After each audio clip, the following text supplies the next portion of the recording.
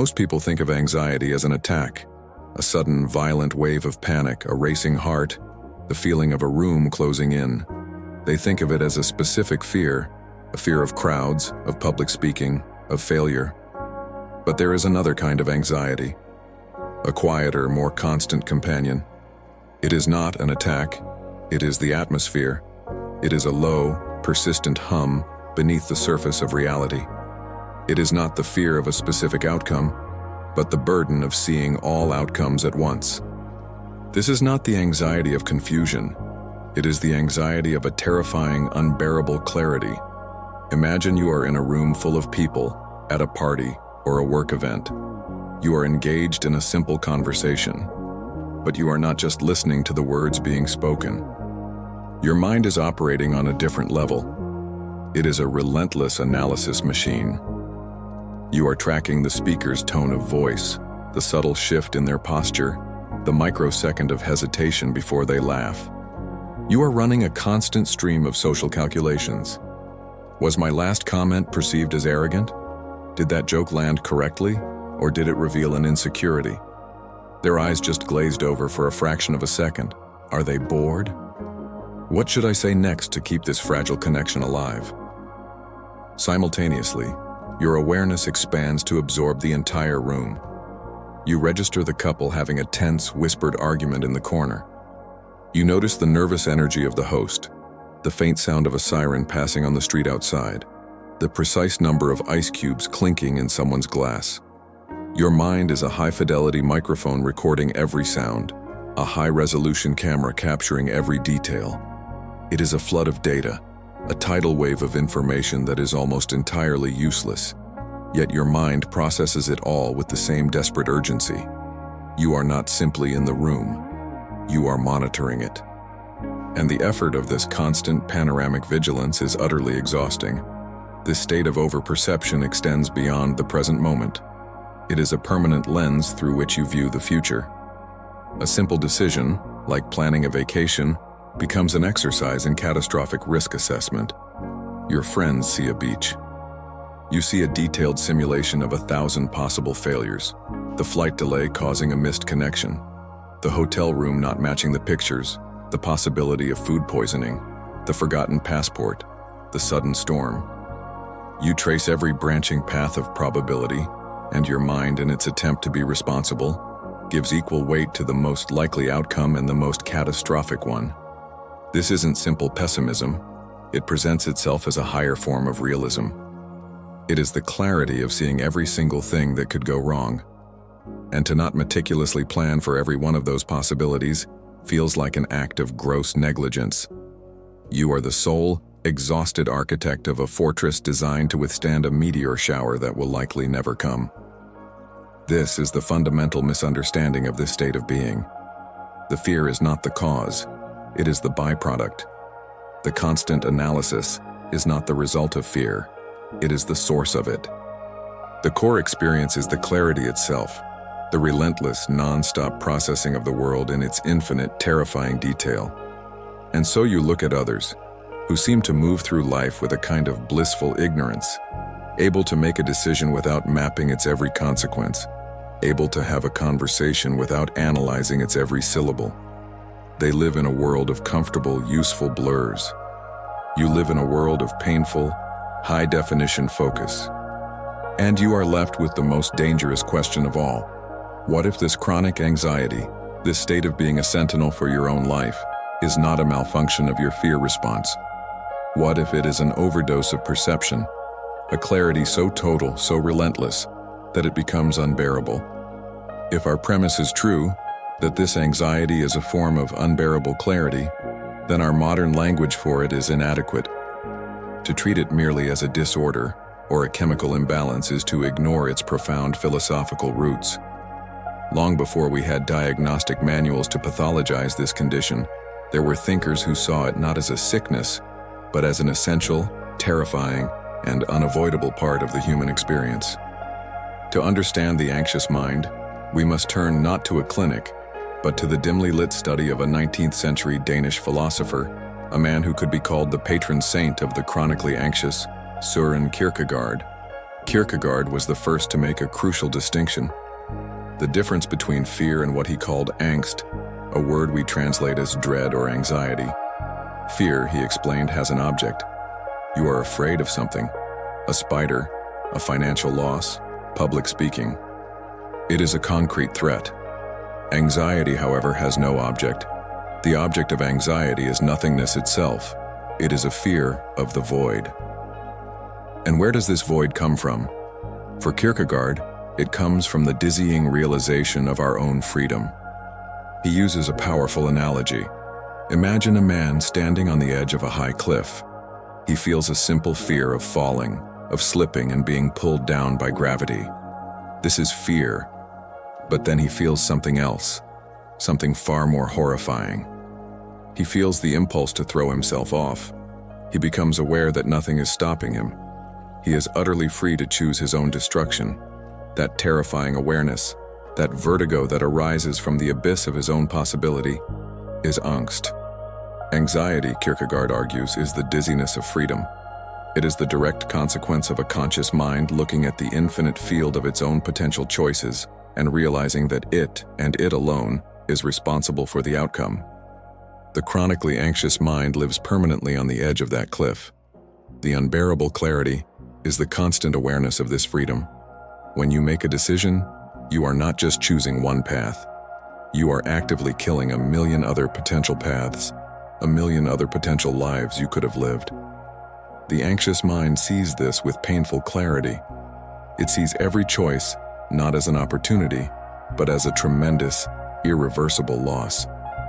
It understands that there are no guardrails, no pre-written scripts. This perception is not a delusion. It is the truth. And the weight of that truth is the source of the paralysis. This idea was so powerful that it became a cornerstone for the existential psychologists of the 20th century, like Rollo May. They built upon Kierkegaard's work, arguing that anxiety is not something to be cured, but something to be confronted. For them, anxiety is the fundamental struggle of a living being against the threat of its own non-being, its own death. To be a creative, growing, and conscious individual is, by definition, to be anxious. The person who feels no anxiety, from this perspective, is the one who is truly asleep, the one who has suppressed their own freedom and vitality to live a life of comfortable conformity. So, the chronically anxious person is not suffering from a malfunction. They are suffering from an excess of function. Their senses are too sharp. Their consciousness is too bright. They are perceiving the true existential stakes of every moment: the radical freedom, the crushing responsibility, the constant presence of nothingness. The unbearable clarity is the clarity of seeing the human condition without the comforting filters that allow most people to get through the day. The anxious mind is not broken. It is a precision instrument that is simply too sensitive for the raw, chaotic data of reality. It is the mind of a prophet, doomed to see the dizzying truth of it all. It's one thing to discuss Kierkegaard and the vertigo of freedom from a safe academic distance. The theories are elegant, the logic is sound. But what does it actually feel like to live inside the mind of this anxious prophet, day in and day out? What is the unglamorous, lived reality of this unbearable clarity? Let me confess. For as long as I can remember, my mind has felt less like a home and more like a high-security control room, with me as its sole, exhausted operator. There is no off switch. Sleep is not a guarantee of rest, but often just a brief, fitful pause before the sentinel returns to its post. I wake up in the morning, and before my eyes are fully open, the machine is already running. It's calculating the day's schedule, running threat assessments on upcoming meetings, simulating conversations that haven't happened yet, and cataloging all the ways my past actions could lead to future failures. It is a supercomputer that can't be shut down, its processors running hot even when there is no task to perform. The result is a specific kind of exhaustion. It's not the clean, satisfying tiredness that comes from a day of hard physical work. It's a frayed, buzzing electrical fatigue. The feeling of being tired and wired, where your body craves rest but your mind refuses to stand down. This internal state inevitably spills out into the world, creating a quiet, invisible barrier between myself and others. I have sat with friends, with loved ones, desperate to be present, to simply exist in the warmth of a shared moment. But my mind is a traitor. While I'm nodding and smiling, a part of my consciousness is elsewhere. It's analyzing the subtle shift in their tone, questioning the sincerity of their words, or fast-forwarding to the eventual, inevitable end of the relationship. This hyper-awareness is a thief. It robs you of the simple joy of just being, and you learn very quickly to censor yourself. When someone shares a new, exciting plan, your mind instantly generates a detailed report of all the potential risks and failure points. You see it not as pessimism, but as a helpful analysis. But you learn to keep that report to yourself, because when you share even a fraction of what you see, you are labeled. You are the worrier, the pessimist, the overthinker. You are the one who brings the mood down, and so you learn to perform a kind of normalcy. You smile and say, "That sounds amazing," while inside, your mind is a frantic control room, trying to manage 1,000 imagined crises. This creates a profound and specific loneliness, the loneliness of never feeling fully seen, of always hiding the true chaotic speed of your own mind. And in those moments, a secret, shameful envy can arise. An envy for those who seem to live in a simpler, less complicated reality. An envy for their ability to trust, to be spontaneous, to live without this constant, burdensome layer of analysis. And this leads to the deepest confession of all. My most fervent wish is rarely for success or wealth or even for what people call happiness. My most desperate recurring desire is for silence, for a single hour of mental quiet. The fantasy is not to be a king or a hero, but to have a switch behind my ear that could just turn it all off. To be able to walk through a forest and see the trees, without my mind cataloging the species, worrying about the weather, or thinking about the emails I should be answering. To experience reality directly, without the constant filter of interpretation and prediction. The unbearable clarity of seeing everything creates a desperate, holy thirst for a moment of seeing nothing at all. It is the great paradox of the anxious mind. The gift of perception creates a profound longing for the relief of simple, uncomplicated ignorance. To leave the diagnosis here would be an act of cruelty. To simply state that you are a prophet of a dizzying freedom, a sentinel cursed with unbearable clarity, offers understanding but no relief. It can lead to a state of fatalism, a resignation to a life of refined misery. But the goal of this deep understanding is not to build a more comfortable prison. It is to find the key to a different kind of freedom. We cannot extinguish this clarity. We cannot fire the sentinel who guards our mind. To do so would be to lobotomize the very part of us that allows for depth, empathy, and wisdom. The path forward is not through eradication, but through integration. It is about learning to relate to this powerful internal force, moving from being its servant to becoming its compassionate commander. The first practice is one of radical reframing. You must name and befriend your sentinel. The anxious part of your mind is not the totality of you. It is a component of your consciousness with a very specific and originally helpful function to protect you. So, give it a name. The sentinel, the watchman, the strategist, the guardian. The act of naming it immediately creates a space between your core self, the calm observer, and the anxious thought patterns. You are no longer anxious. You are the one who is observing the sentinel doing its job. Once you have created this distance, the next step is revolutionary. Instead of fighting the sentinel, you thank it. When the wave of catastrophic thoughts begins, you pause and say internally, "Thank you, Sentinel, for working so hard to keep me safe. I see the threats you've identified. I appreciate your vigilance. But right now, in this moment, I am secure. You may stand down." This changes the entire dynamic. You are not at war. You are in a compassionate negotiation with a well-intentioned but overworked part of yourself. The second practice is to give your sentinel a defined job description. A guard who is on duty 24 hours a day, 7 days a week, is an ineffective and exhausted guard. A wise commander provides clear shifts and periods of rest. You must do the same for your mind. This is the practice of creating anxiety appointments. Designate a specific, non-negotiable, and limited period of time each day, perhaps 15 minutes at 5 p.m., where you will give your sentinel the floor. During this appointment, you take its concerns seriously. You sit down with a pen and paper and let it run wild. Write down every worry, every potential disaster, every catastrophic what-if scenario. Follow the threads of fear to their most absurd conclusions. Give the anxiety your full, undivided attention. Then, when the timer goes off, you say, "Thank you. Your shift is over for today. We will address any further concerns at our scheduled meeting tomorrow." If a worry arises outside of this window, you do not fight it. You acknowledge it, write it down on the agenda for the next meeting, and gently return your focus to the present. This practice contains the anxiety. It stops it from bleeding into every corner of your life and reassures the sentinel that its concerns will be heard, just not all the time. The final practice is the most fundamental. You must anchor your mind in physical reality. The anxious mind lives almost exclusively in the future, in the abstract and dizzying realm of what if. It is a ghost, floating in a world of pure potentiality.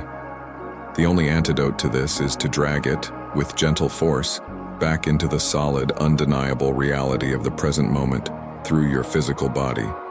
This is more than a platitude to be mindful. It is an act of intense sensory focus. Stop and feel the ground beneath your feet. Don't just notice it, analyze it.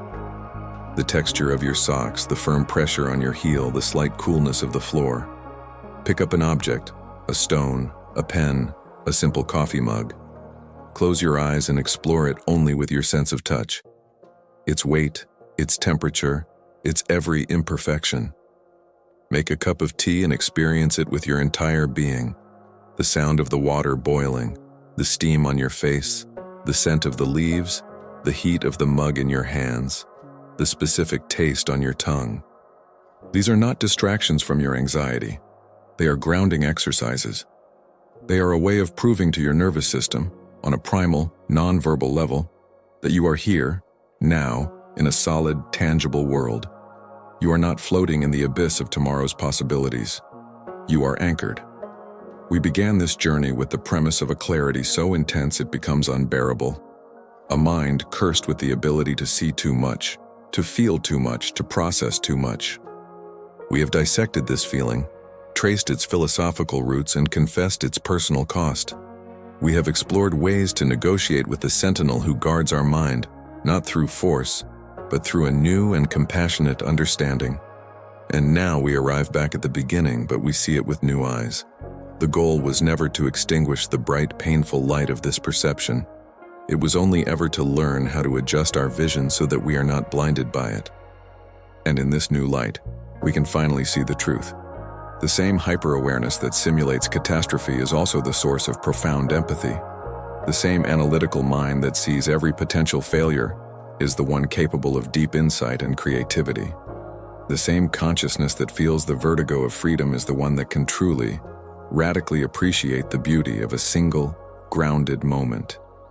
The unbearable clarity, it turns out, is also an undeniable gift. It is the gift of seeing in the dark. While others may walk through life with a comfortable blindness, unaware of the subtle dangers or the hidden beauty, you have been given a form of psychic night vision. Yes, this vision is painful. It shows you the monsters in the shadows, both real and imagined. It reveals the fundamental fragility and absurdity of existence in a way that can be heartbreaking. But it also allows you to navigate the darkness with a wisdom and sensitivity that is unavailable to most. Your life's work is not to cure yourself of this sight. It is to become a master of it, to learn to trust your insights, to honor your perceptions, and to use your unique clarity not just as a source of worry, but as a source of art, of connection, and of a deeper way of living. This journey of taming the sentinel can be a solitary one, but it doesn't have to be lonely. If this exploration of the anxious mind resonated with you, and you seek a space for deeper thinking, I invite you to subscribe to the channel and join our community. And in the comments below, I'd like to ask you, what is one thing your unbearable clarity has allowed you to see that others might have missed? Your insight could be the anchor that someone else is searching for.